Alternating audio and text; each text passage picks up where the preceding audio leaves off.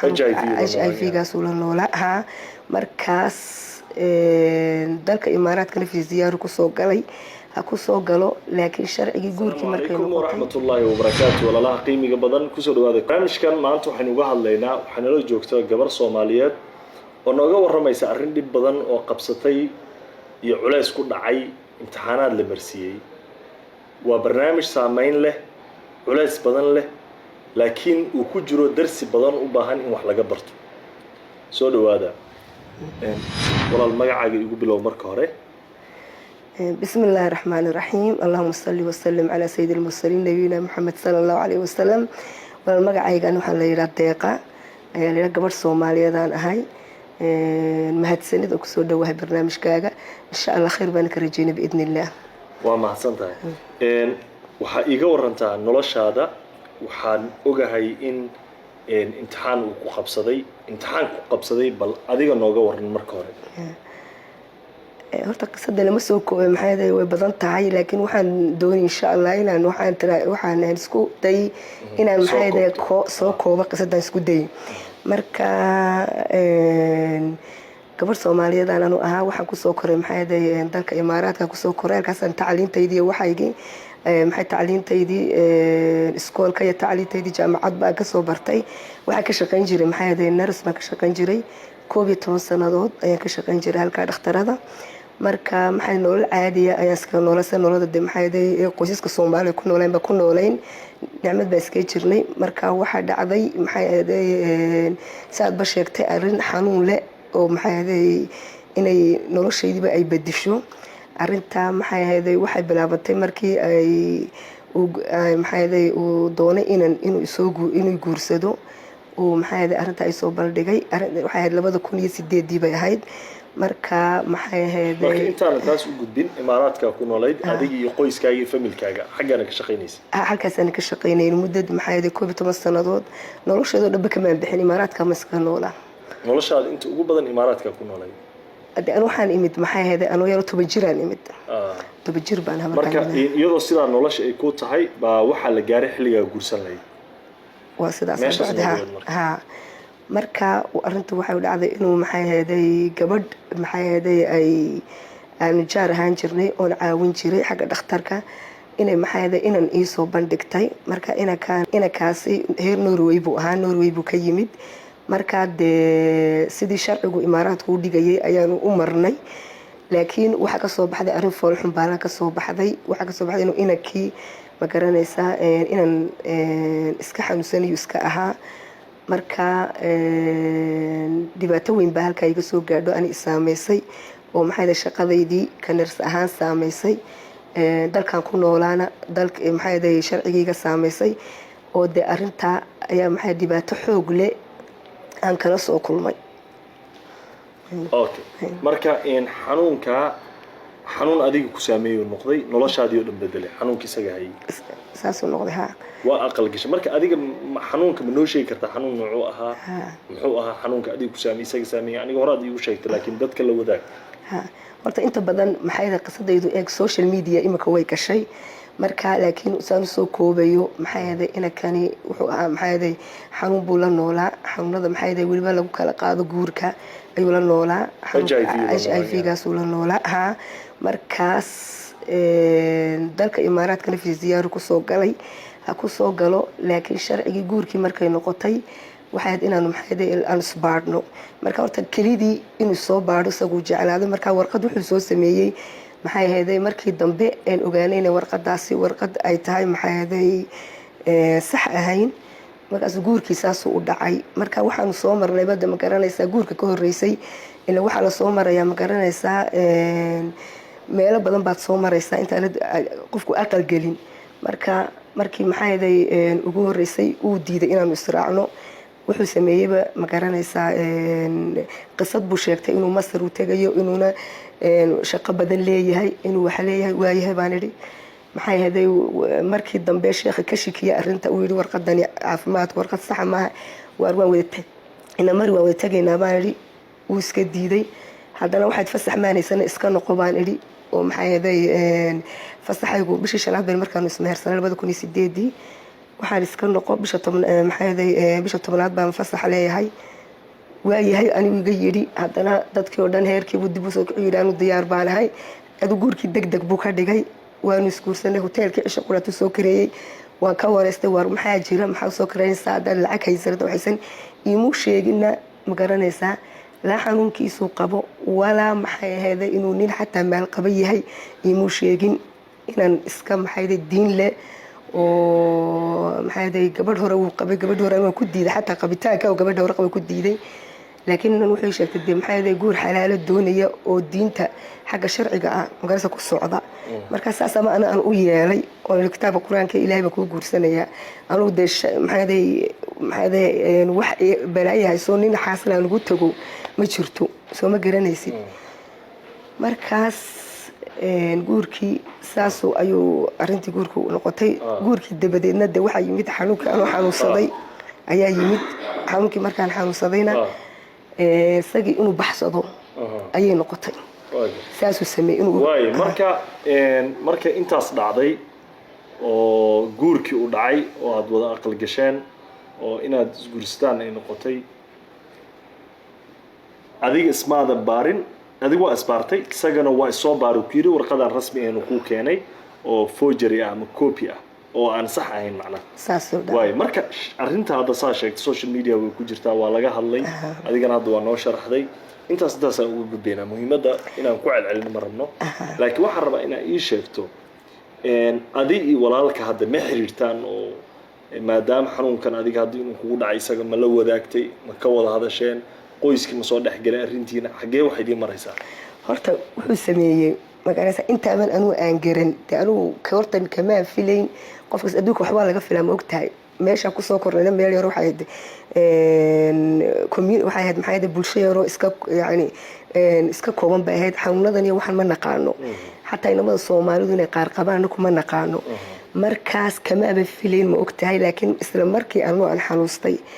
adigu 2 wiig dabadeedba aan dhacay aan dhakhtarka aan galay soo ma garaysid isagu soo hadlay dawada lagu siiyo qaado maxay qaado war maxaa jira arrintan jirtaa ma jirto ilaa 3 bilood kadib ayuu doctor yacaday yiri xanuunkaas ka shaqeysay inakii baan doonayaa ku qabay soo ma garaysid markaas aan ku irday inakii ma jooga imika keen buu yiri markaas wuxuu sameeyay adu markii maxay uu ogaaday in anigu aan laano xanuun horta xanuunkan markuu ku ataago dadku wax yar xanuun yar ay moodayaan laakiin yani jirkaaga dhan buu bedelayaa ma garanaysaa awoodaad ku kacdidba ma yeelanaysid tamartii buu kaa qaadayaa soo ma garaysid markaa dhakhtar galo glucose kugu socdo maxaa kugu socdo maskaxdaaduna ma gaarsano ma garanaysaa heerka ma garanaysaa inaad maxay aad qayliso daba socotid oo daba kanaysid ma jirto markaas waxay noqotay ma garanaysaa in uu markuu gartay in aanu imika aan maxay uu adigu 3 bilood dabadeed 6 bilood dabadeed inuu jirkaygii markuu soo kacayay uu gartay in aanu soo ogaanayo in weydiinayo waxaan jira xanuunkan wuxuu damcay inuu ina kiiraa maxay waan gabadhii waan doonay inaan furo oo waan iska baxsan maxay saasaan waan isfahmi laanahay markii heerkii la hadlay yiri maxaa jira iya waxba ma furin soo ma garanaysid marka arrintii markii la yiri maxaa jira soo ma garanaysidna uba baxsado waa goostay khadkiiba adiga see ku ogaatay marka xanuunka inaad qabtid see ku dareentay xanuunka horta isbaaray mise siyaabo kale oo caafimaad kale u tagaa lagugu soo sheegay see lagugu soo sheegay horta ma garanaysaa maxay isla markiiba qof shaqaynaysaa dhahaa marka adu 2 wiig dabadeedba ya waaba qadayr bay ma jirtay 5 galabna waan dhacayba soo ma garanaysid markaan dhacay dhakhtarkii de qof ka shaqaynaysaa ma ogtahay waxaan u daadagay waxaan tagay emergency baa igu yiri maxay dhiigaaga cad xoog buu dhaxsan yahay waan ka shaqin maxaa dhacay bay yiraahdeen de markaas aan ku yiri muuji markaas adu sidii u wadeen mar dhakhtarka ay gelinayeen aanu gelayay marna aan maxay aan qaadanay markii ugu dambeysay waxay gaadheen in ma garanaysaa ay xanuunka ka shakisan yihiin de waxaan aniguna waaban yaaban waxaan yiri awashay ninkaygu waa nin diin leh number kale baan imka waxa iska soo qaadnay dhiig baan iska soo qaadnay marka anu maskaxdayda dhiigaas aan iska soo qaadnay kuma jira ba waxani markuu isagu ogaaday inay arrintaasi soo baxaysana inuu sheegay xataa dhakhtarku ku doonaya aan ku erina waa kan inuu baxsado oo damcay soo ma garaysid markaas aniguna markii laygu yiri in ninkii waan fahmi laanahay dadkii heerkayga markay igu yiraahdeen ayay bal hadaba isugaana soo baadhiya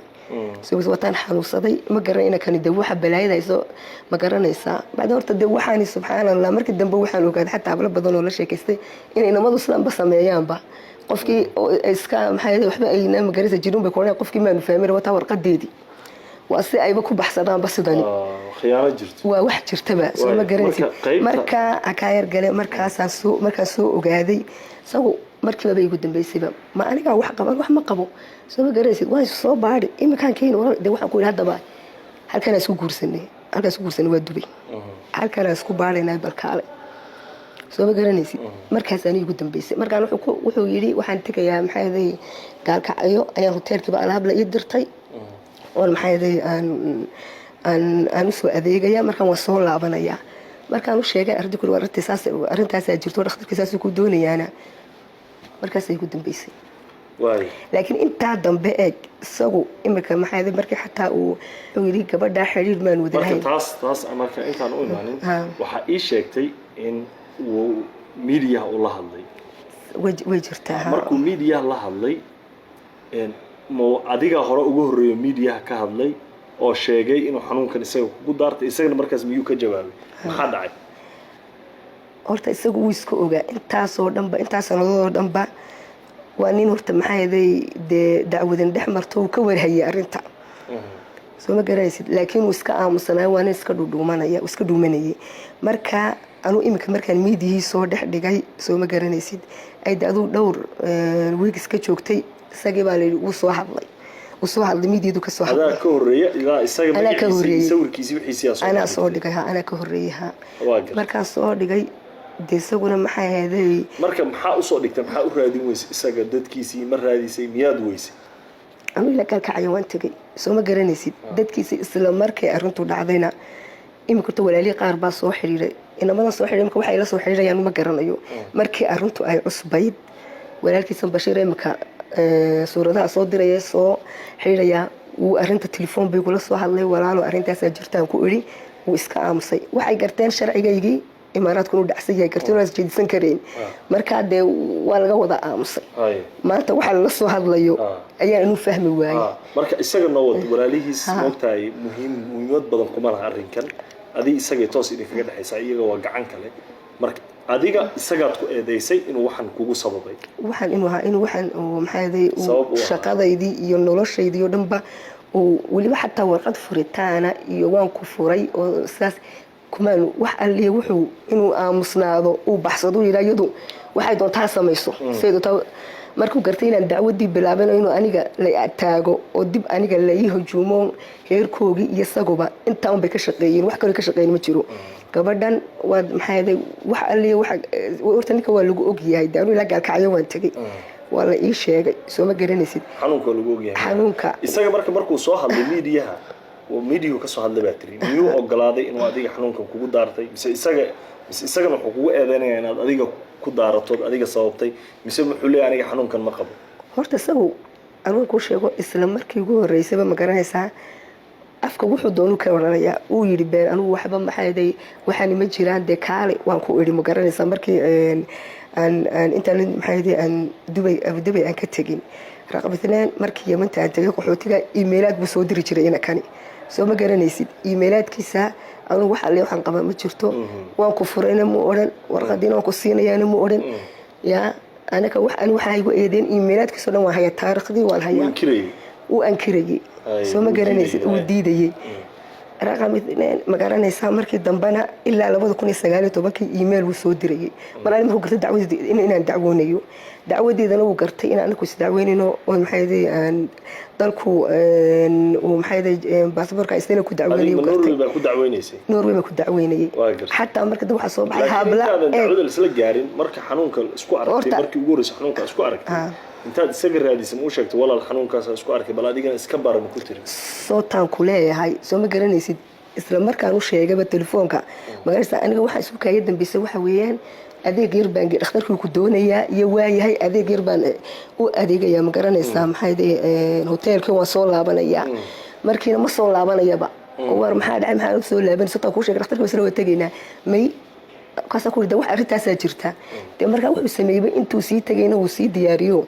baasaboor isagu lahaa iyo maxay ahayd ma garanaysaa iyo dawo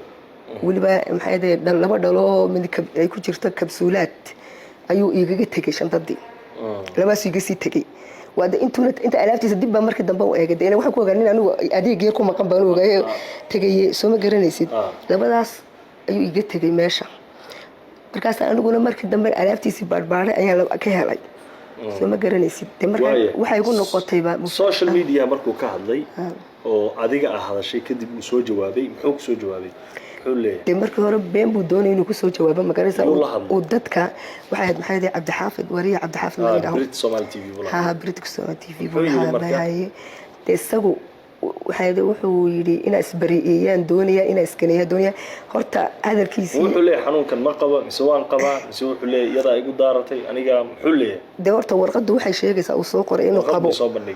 inuu qabo sheegaysaa uu dawadiisa qaato soo ma garanaysid marka warqadan ay sidaas buu ku yiri Cabdi Xafiid de marka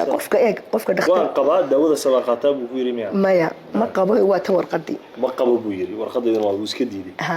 marka warqadani sama badan bay leedahay ma garanaysa qof caadi oo dadkan maxay ahayd xanuun kala nool ma fahmi karaan waxa fahmi karo dadka xanuun kala nool waxa jira waxa la yiraahdo ma garanaysa dawada marka lagu siiyo 6 bilood ama 3 bilood ilaa 6 bilood waxa lagu yaga jirkaaga inay ka nadiifto ka tagto marka undetected baa lagu soo qorayaa okay undetected waa dawadii ku jirtay dawadii way ka nadiifisay maxay ahayd jirkaaga fayruuska dhan oo guduhu galay soo ma garanayso jirka dhiiga kuma jiro marka taas weeyaan marka qofku markuu dawadiisa qaadanayo ayaa la siiyaa ma garanaysa warqada soo ma garanaysid marka warqada aan horta way kama dhigna inay negative time yaa leedahay negative man kama dhigna marka yaa cadeyn kara ilaa isaga haduu dhaho xanuunkan ma qabo warqad la yimid adigana leedahay xanuunkan isaga igu daartay labadiina sida kaliya oo adigana aad ku shaki bixi karaysa isagana uu ku shaki bixi karo dadkana ay ku qancin karaan Soomaha ina labadiina isku timaadaan dhakhtar tagtaan dhakhtarku idiin cadeey kiini xanuunkan hor qaaday haduu isaga qabinna waxa uu sheegay runta uu qabinna oo intuu ku yimaado iska qaado oo dhakhtarkii tago oo dhaho cadeey waa kana dhakhtar adoo taagan ama ehelkaagii uu joogo intuu iska qaado dhiigii oo dhaho waa kana aniga ma qabo horta dawal Mustafa arinta waa la soo dhaafay waxa loo soo dhaafay ma ku sheega ma haday taas dhacday ku qanacaysaa maya ma qanacad ma qabitaanka xanuunka ninkii ma qabo mise uu qaba soo ma garaysa qabitaanka de ninkan waa kan hadii uu yiraahdo ma qabana saa hadda sheegtay ma qaba buu yiri de maya ma qabado waa afka qofku wuxuu doono ku oran karaa soo ma garanaysid maxaa cadeyn kara aniga horta shock waan ku yiri 3 shock baa iga dhacay ninkan qisadiisa shockta ugu horeysa dawadu iga tagay markaan arkay de waxaan siri bal horta isgaar baan sulaadu isdawee marka infection markuu qofku yahay waa oran kartaa amba sagii qofka aduuna ishubin oo laga yaabo inuu soo qaaday qofku cabsoonay wuxuu ku oran walaalo amba wasaa iga dhacday buu ku oranaya wuu baxsaday dawadiisi iga tagay dawadiisi wuxuu iga tagay inta waan fahmi waayay yani mayadu ha isdaweyso iska dawadii marka internet ka eegay inuu last stage yahay ويعني AIDS كي هي بان فهميبا ما يجي في infection حتى دوينك لا قاتمها اللي first stage ما جرس ها third stage سو ما garanaysid waxa iga kalena dad hablan saga maxay dala saaxiib ahaan jiro dila ahaan jiray Soomaaliya ayaaba ii sheego yiri dawada wuxuu kaaga tagay anna waan ku dhiibaan si deep filinkaas ayaa jira bay yiraahdeen markaas ku maxaa tiraadeen anna waan ku dhiibaan si deep oo meeshu ma ciyaarba meeshu ma qofna noloshiisa yani ma ku maguur ilaahay yani qoys ka dhis oo nolol fiican ku noolow ayaan ku jirnaa inaan dhisno mise waxaan ku jirnaa ciyaaro kalba mid ka tag ayaa ku jirnaa oo adiguna si intaas waa maxay yani nidaamkaasi raqam marka labaad waxa weeyaan markii aan dacwada maxay isagoo ogay inaan dacweeyay marka yabanta joogay dacwadiisii markii lagu yiri maxay dacwadii way dhacday een xamar tagay looyarkii warqad buu soo diray soo duulaysa ninkan wuxuu sheegayaa warqada booliiska inuu sagaaliyo maxay ahayd 1997 waxaan ka qabay ayuu ku sheegay warqada booliiska warqada noolka cadeynaysa ku 1997 inuu qabay 97 ha 97 ha yani marka ardayad baaban haayo jaamacada ban dhiganayay shokti labaad baa ma qaado waxa ma tiri wadahay nin intaas oo dhan uu hayay maxaa u maleeyay isaga haduu inkiray adigana aan leedahay waxaan way jiraan de maya yaa caddayn kara de warqadii booliis warqadii baba caddaynaysa warqaduhu saw afkiisa wuxuu ku yiri maysa warqadaas de ha soo ma garanaysid oo waatii amal baba qolkayga soo bandhigtay ma ogtahay warqadaas soo ma garanaysid warqadan booliiska ama shay maxaa haday heer burca gabadha ah amal kale hayada soo bandhigtay ma ogtahay marka warqada af Norwegian bay ku qoran tahay حتى دكتور كويس كدويني نوروي يكون شيء ومحاذا ولا صوب بندقي سو ما قرنيسيد مركز أنا قالوا لي بقى حتى قصة واحد يقول تمد حانوك إنه محاذا ويعني وقت هو وقبيبة يقول تمد وقت هاي سو ما قرنيسيد مركز أنا قالوا واحد يقصد درب مركز الدحالنا إما كل حبل اللي هذا ردد كله أيام محاذا الناس كلوا بسيط قبيبة أنا قشوك بابا مك قصة دي سبا أنا هرت وين يتجاوبه كل بهذا يعني قف إسوق oo iskaranaya marka ugu dambeyn si macnaha fariinta u dambeysana aad dadku ugu gudbiso hadii isaga uu ogolaado inuu adigoo joogo isbaaro uu ku cadeeyo hadii uu xanuunka qabo isaga kaaga horeey marka de xuquuq baad ku leedahay oo ku qariyay qof dambi laga galaata hadii marka isaga uu cadeeyo inuu xanuunka qabin markaas waad ku qanacaysaa wala is afin karayaa Soomaa horta Mustafa horta imika qabid ma qaba halka iska dhigno waxa ku leeyahay isaga dhigno ma garanaysaa dawladii ma garanaysaa ayaaba soo cadaysayba dawladii Norway inuu qabo oo halka dhakhtarka iska daweynay warqadahan kale uu keenay maxay ahayd ya isagu wuxuu doonayaa wuxuu iska dhigay qof ogeyn daawadan undetected uu keenay miyaa leedahay undetected uu keenay waxa weeyaan in qofkii dawo qaadanaya waa iska fiican wuxuu u soo dhigay waa sababta waan garan waayay sababtu isagu nin is ogi يا ما وحنا بولشدي بان أيام بينو شيء يا أبو صادقة يا بولشدي أيام بينو شيء يا أبو صادقة يا مركز تاهر أنا إنا كا سيدا دو سبي محكمة دينا يسلسوا تاجو أنت صودن لا تكون أنت بدن وحي لهان أنت صودن محل عامسنين محل عامسناني مركز سيدا كوف مركز لا يجي تجي دعوة دم بلابة إلا ما أنت mar iyagu waxa jira walaalkii mid in leeynin ina ka de wuxuu horta arintayda u soo galay gabadh Soomaaliyada oo gabadh muslimada oo Soomaalidu xishmad leh oo walaalkii oo maxay xaaskii walaalkii inuu si fiican maxay tacaamula maahe xad gudubka badan ee siinaya inuu aniga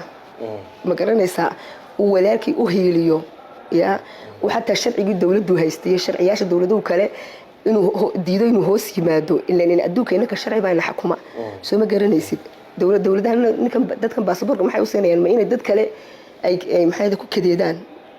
ma soo maaha dawlad kasta waxay u seenaysaa inuu qofkii ma garanaysaa sharci ku socdo sababna uu maxay ay uu caawimaad ka helo markaas in sagii la taageero had iyo jeer ma garanaysaa oo sagii maxay dilmigiisa u taageero hada familka qoyska iyo dadkii maxay ka rajeen horta arrinta qoyskiisa wixii si way dhaaftay mar halka gaadhay haday dulmi la socdaan in koogeeyga baa dulmiyay ma ogtahay soo ma garis anitay dhibaatadii la soo gaarsiiyay 4 sanadood qaxootiga lagu hayay wata ku yiri intay ugu hayn kareen way ugu hayeen intaas oo dhan hadana way iga daba yimaadeen maxay haday ilaa kulba meesha tago gabadhan sidiina u bixin maantada soo ridwaan soo hadlay isagii soo ashkatiinayeen oo inay ridwaan bay la hadlayeen ya ilaa maxaad gabadha arrinteeda u soo bandhigtay arrintaas waxa gabadha maxaa u soo bandhigaysaa أنت واحد اللي هذا ميديا وحاجة رنجي لكن واحد دوني واحد سلها محد شرع لويرات هي ستها كواسة كدافع يبان إصلاحها لكن أردت لهلك السوق جالسون منينين لكن أنا إلا يقول عاون كارو لو دبعت هذا السوق قاعد دبعت يرماها واحد لو كوبي كرنا ما أنت أسوس النضاد ولا سيدك كهيستو هذا ودي بكبدان مرة داود هل إنه حيشك داود اللي فتكين إنه قرشتاي شقة هذه إنها دويسي ولا سيدا صدق بعض كلنت دورت culaysa weyn waxa weeyaan shaqadii ma jirto oo shaqadeedii aan intaas oo sanad iskuulka la hayay ma jirto meel aliya meel maxay saginayga muu tagin ma garanaysaa gabadhii watasa ku sameysay ma garanaysaa meel aan maxay masruuf ka qaato amba lacag amba wax aan ka qaata ma jirto dawadii waa dawladu mar waad helaysaa mar ma helaysid dawadii kale kaalmeynaysay waxyaalihi kale supportive medication bay taasna iibay kugu noqonaysaa had iyo jeerna naftaada waa inaad ilaalisaa de maxay ma garanaysaa meel cunto fiican meel fiican nadaafada inaad joogtid had iyo jeer ma garanaysaa qof kasta siduu ma garanaysaa uu uga taxadar badan sameeyaa si uga taxadursan yahay siduu lacag uga haysto dee ma garanaysaa nolol fiican ayuu waa min dadka nolosha ilaahay iyo dhimashada ilaahay haya laakiin waxyaalaha qofka gaarsiinaysa inuu ma garanaysaa uu maxay uu nolol uu si fiican xanuunka ula noolaado marka aniga waxyaalo wuxuu igala tagay ma jiro laa waxbuu isii warqadeeda kale wala meerkii wuxuu yidhi wayba uga taxaduray lacag sidii hadday naagtan hesho meel bayba u bixba la leeyahay ya hadday shaqo fiican hesho naagtan meel bayba u bixba qaxootiga ma ku meeraysa qaxootigana maxaad leedihiin ninkii waa laga furaya ininka maxaa furitaanka inay galma dawlad baatiin intaas un baa arrintiiba ku noqotayba iyo ninkan iska daayaan horta bal ii sameeya maxay ma garanaysaa solution ii sameeya oo maxay ani meel mariya de waxa way diiday markii dambe waxa maqlayba inuu walaalkiisa Xuseen uu la soo xiriirayo oo dad badan fara badan ay arrimahan ku jiraan way ugu dambeyn marka fariintaad u dambaysan maxay noqonaysaa oo xal ah aad u aragtaa xalka inuu yahay oo adigana aad ummadda Soomaaliyeed isaga iyo cid walba ay xusayso aad ka fili karayso horta waxa ka filiya in la igu maxay gargaaro soo markaas horta walaalihiigu ma gargaarayaan heeruhu garan ma gargaar cidi ma siinayso laana waan u tagay galkacyo waan ugu tagay way soo eryadeen ma garanaysaa waxaan ka rajeynayaa oo ma garanaysaa bulshada Soomaalida in iskii garab taagto saanika maxkamad aan hor keeno on maxay aan wuxuu sameeyo dhan iyo wuxuu sameeyo kale dhan ma garanaysaa in dadka tusaale u ahaado inuu qof kasto baasaboor haysta oo qof inuu ku ciyaaro ma noloshiisa marka waa mahadsan tahay walaal deeqa ay ahayd oo nooga warramaysay nolol adag oo runtii soo martay iyo mid ay hadda wali ku jirto aan rajeynayna Ilaahay subhanahu wa ta'ala inuu ka saaro Ilaahayna ka caafiyo arrin lagu dari karaa horta imika aanu social media ma aqaano laakiin markay arrintu gashay dad badan way soo ataageen dadka badan waxaan ku oran karaa markaas qolkii Ilaahay yiri والذين إذا خاطبهم الجاهلون قالوا سلاما وإذا خاطبهم الجاهلون قالوا سلاما بس أنت وحكة بدن ما وركرو قفنا أنتك ما يبغى ما قال سقف معي هذا وأركيا بكبر سومالي هذا أنا أقول حركة يسوف فريسي أنت صار لنا دعودي سكول بقى على كي وكل بفر يسود حق ليان ودب له هكجينا ودب له خديو وأنا قلنا دبعت دي قصي بدنا عن السوق سبب taas un baa aniga soo fadhiisay ma ogtahay iyo dadkan ninkan ka qabo ninkan waa nin maxay haduu tayada ku baxsadana 10 goor ku baxsan doona oo maxay bulshada ka qabo taan baa soo fadhiisay maslaxadii dadku waxay tahay un baa soo fadhiisay waa ma santahay barnaamijkii intaas ayaan ku soo koobaynaa waa sida sheegtay qofkii aanan waxba tari karin ama aan qayb ka noqon karin halka وإنه قلبي داوعيستا يفلقادو قف مسلم ولالكي يسوكو دقدقين انتان مركا الكل منو السلام عليكم ورحمة الله وبركاته